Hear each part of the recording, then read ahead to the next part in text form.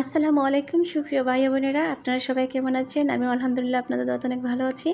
আর আজ আমি আপনাদের মাঝে খুব সহজভাবে একটা সহজ রেসিপি নিয়ে উপস্থিত হয়ে গেলাম। আশা করি রেসিপিটা আপনাদের কাছে ভালো লাগবে। তো এখানে আমি প্রথমেই হাফ কাপের মতো পেঁয়াজ কুচি করে দিয়ে দিচ্ছি, আর দিয়ে দিয়েছি স্বাদ মতো লবণ।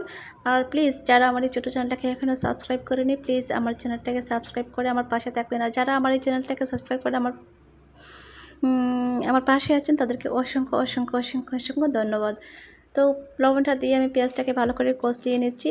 লবণ দিয়ে পেঁয়াজটা কষলিলে পেঁয়াজটা সফট হয়ে যায়, তাড়াতাড়ি মানে সফট হয়ে যায় আর কি। তো মাখা মাখা হয় তরকারিটা, পেঁয়াজটা আস্তে আস্তে বেশি থাকে না তরকারির গায়ে, সেজন্য আমি পেঁয়াজটাকে ভালো করে কষলিয়ে নিচ্ছি। অবশ্যই আপনারাও তাই করবেন। তো এখন আমি এখানে দিয়ে দিব 4 থেকে 5টা কাঁচামরিচ ফালি করে।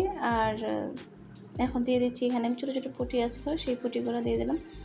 অবশ্যই আপনারা এই রেসিপিটা বাসায় ট্রাই করবেন, দারুণ খেতে কিন্তু দারুণ হয়, টেস্টটা অনেক ভালো আসে। আর দিয়ে দিচ্ছি আমি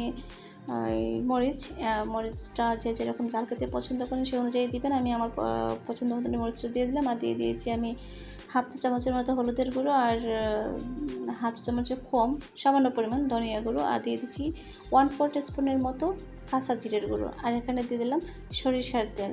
এখানে আপনারা চাইলে সয়াবিন তেল দিয়েও রান্না করতে পারেন, তবে সরিষার তেল দিয়ে রান্না করলে স্বাদটা দ্বিগুণ ভালো আসে। তো তেলটা দিয়ে নিলাম। তেলটা দিয়ে নিয়ে এখন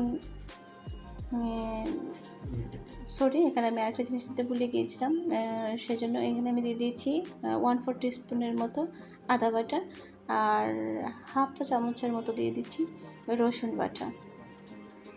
এখন হাত দিয়ে ভালো করে আমি মিশিয়ে নিব।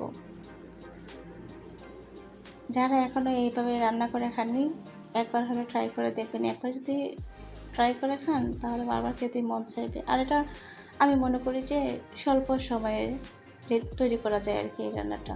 সবগুলো একসাথে মাখিয়ে বসিয়ে দিলাম। আর মশলার পরিমাণ যদি আপনারা ঠিকভাবে দিয়ে থাকেন তাহলে খেলেই বুঝতে পারবেন, জাস্ট ওয়াও, আমার কাছে তো অনেক ভালো লাগে।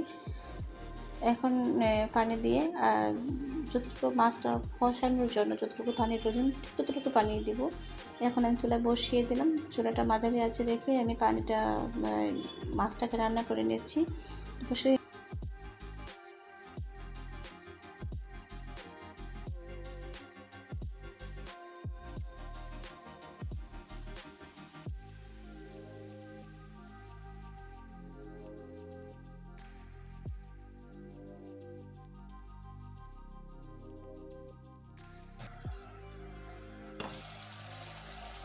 প্রায় 10 মিনিটের মতো আমি রান্না করে নিয়েছি।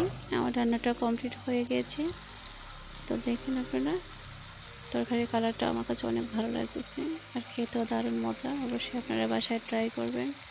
তো সবাই ভালো থাকবেন, সুস্থ থাকবেন, আর অবশ্যই ভিডিওটা লাইক করে শেয়ার করবেন, সাবস্ক্রাইব করবেন, এবং নতুন নতুন ভিডিও দেখার জন্য আমাদের সাথেই থাকবেন।